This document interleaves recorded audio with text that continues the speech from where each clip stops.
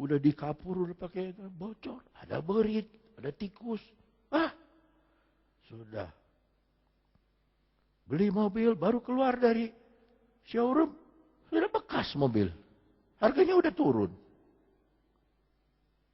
Maka dikatakan, inilah janji yang telah dijanjikannya. Ini lebih dari perjanjian lama, lebih dari perjanjian baru. Dia janji kepada saudara, hidup yang kekal.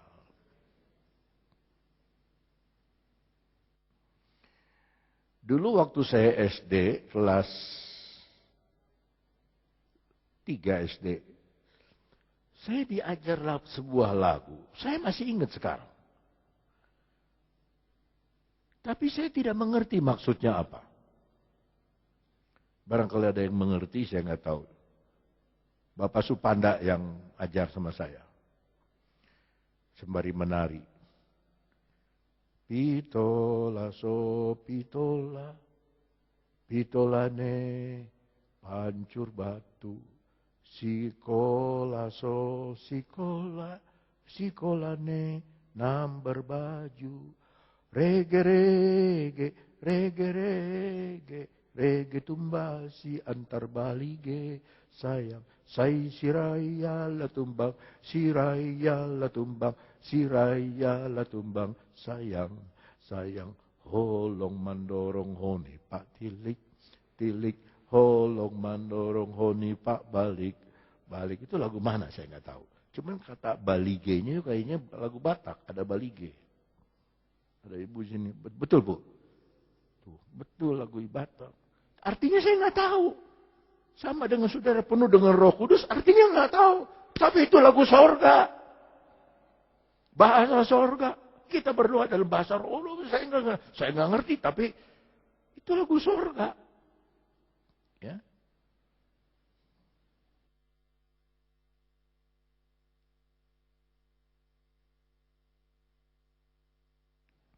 Saudara senang Tuhan janji kita hidup yang kekal. Aduh, hidup yang kekal tuh nggak bisa dibandingkan dengan apapun juga, saudara.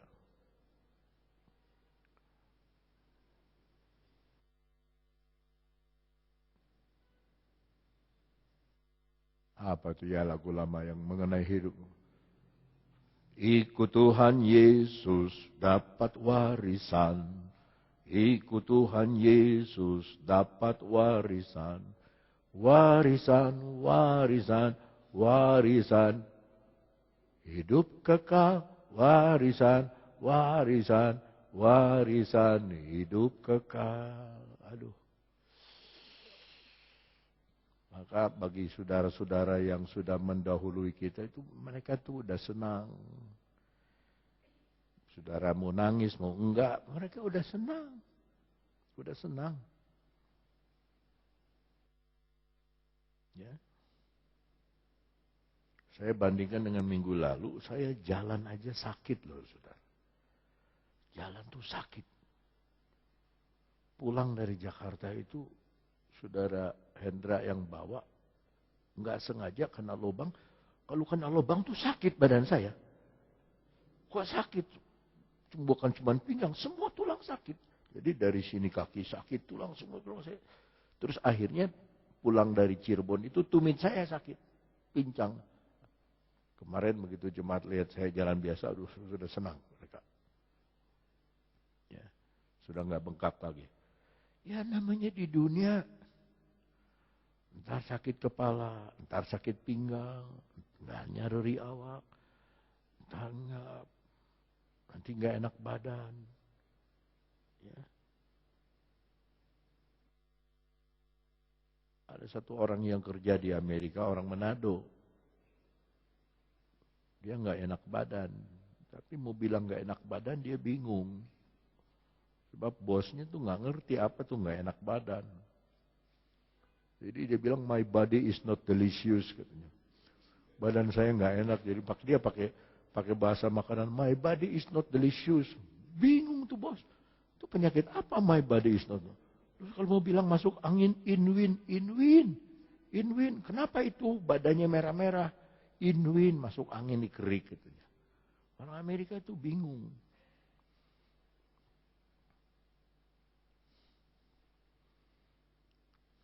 Sekarang saya ini nggak boleh makan, itu nggak boleh makan, daging jangan makan, ayam jangan makan, sayur harus dipilih, jangan warna hijau, harus warna merah, wortel. Jadi saya lagi mau beli gincu, so bikin merah semua, kelihatan merah.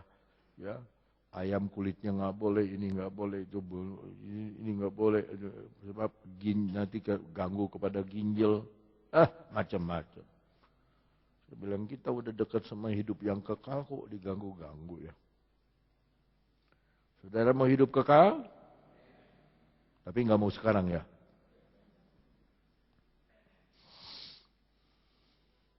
Ayat 26. Semuanya itu kutulis kepadamu. Ini tujuannya Yohanes menulis surat, yaitu mengenai orang-orang yang berusaha menyesatkan kamu. Deceive, menipu. Jadi kalau saudara sampai ke Cikaret, jalan ke Sukabumi mana? Orang nunjuk ke Cibubur, itu deceive, menipu. Ke Cibeber. Itu menipu. Kalau ada orang nanya, ke jalan ke Cibeber kemana? Sudah di tengah. Oh, dia tunjuk ke kanan. Itu juga menipu. Jadi kalau ada orang bilang, jalan kebahagiaan itu Yesus, lalu dia bilang, enggak, ini juga bahagia. Bohong itu.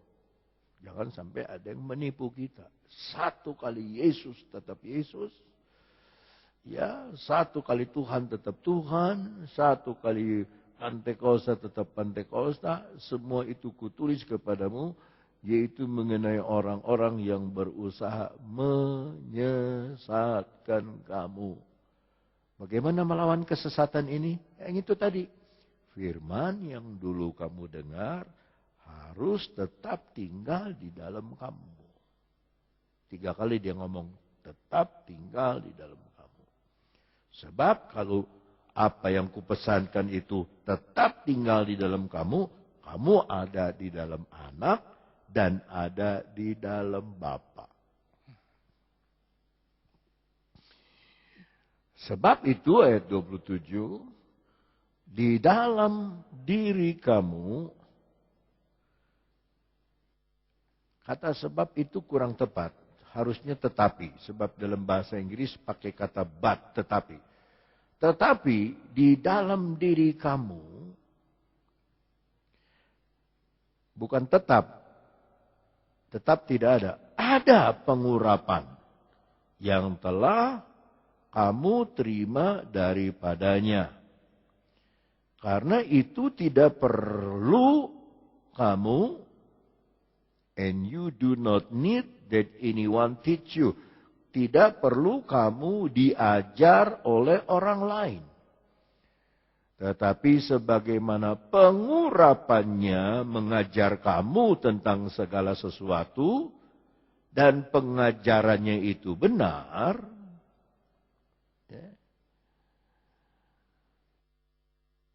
tidak dusta, dan sebagaimana ia dahulu telah mengajar kamu, demikianlah hendaknya kamu tetap tinggal di dalam Dia.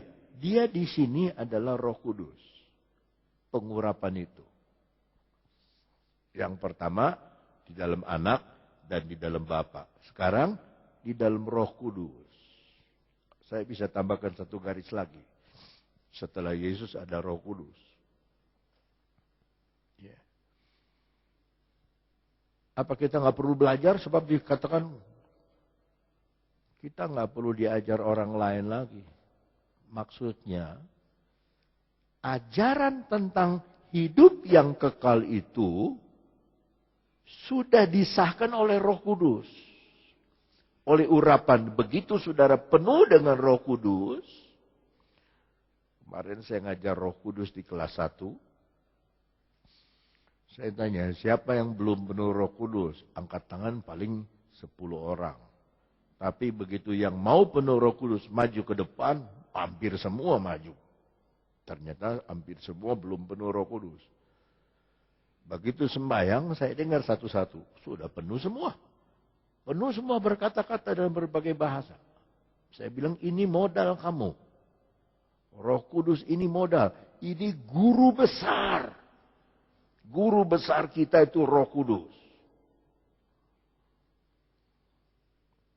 Guru besar kita.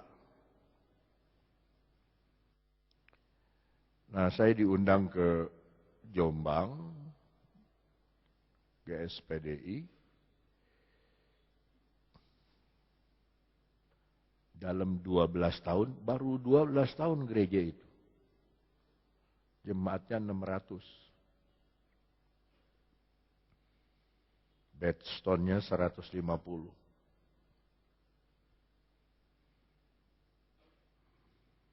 Anaknya masih muda 40 tahun. Dia bilang, Om Aun Datu ini suhu saya. Karena dia suka buka website GPDI Cianjur. Memang kita dihacker. Dihacker kalau orang buka website GPDI Cianjur ada bendera hijau, bulan bintang. Tapi sudah diobatin, sudah hilang hackernya. Masih bisa dibuka lagi. Jakarta juga dihacker. Ya, yang majelis pusat dihacker.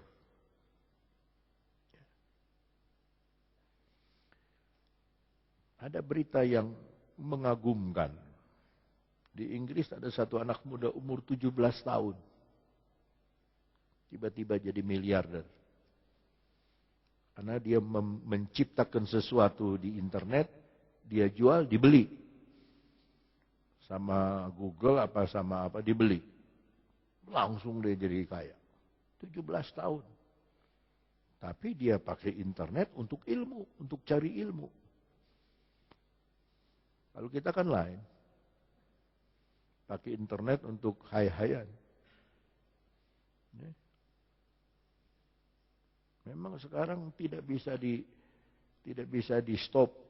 Ini teknologi, informasi, TI, IT, tidak bisa ditahan. Tukang sayur aja udah pakai BBM sekarang. Dulu teriak-teriak, sayur, sayur. Enggak dia. Sekarang dia udah foto, dia punya sayur. Cepret, dia kirim sama ibu-ibu. Kirim. Ntar dia tinggal tunggu. Pesan sayur itu wortel, pesan jengkol, pesan hebat sekarang. Nanti dari Maleber nggak usah dipikul tuh kangkung. Foto aja. Borongan. Kirim truk. Bawa ke pasar induk. Luar biasa sekarang. Luar biasa. Tapi siapa yang bisa lawan Roh Kudus?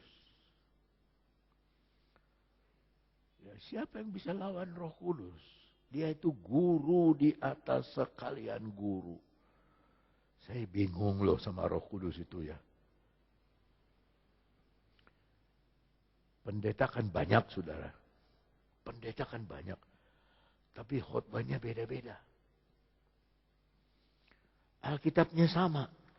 Tapi khotbahnya beda-beda.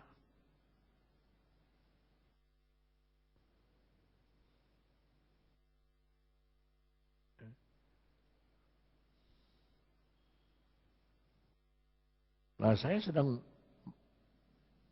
mempelajari, kita mohon sama Roh Kudus saja. Itu waktu lagu yang tadi dinyanyikan itu, aku mau, itu saya minta dari Roh Kudus. Tuhan udah lama nih saya nggak ada lagu, jemaat nggak ada lagu baru nih, kurang seger. Ya, Natal dapatnya, tolong Tuhan saya minta lagu, dapat. Roh Kudus kasih.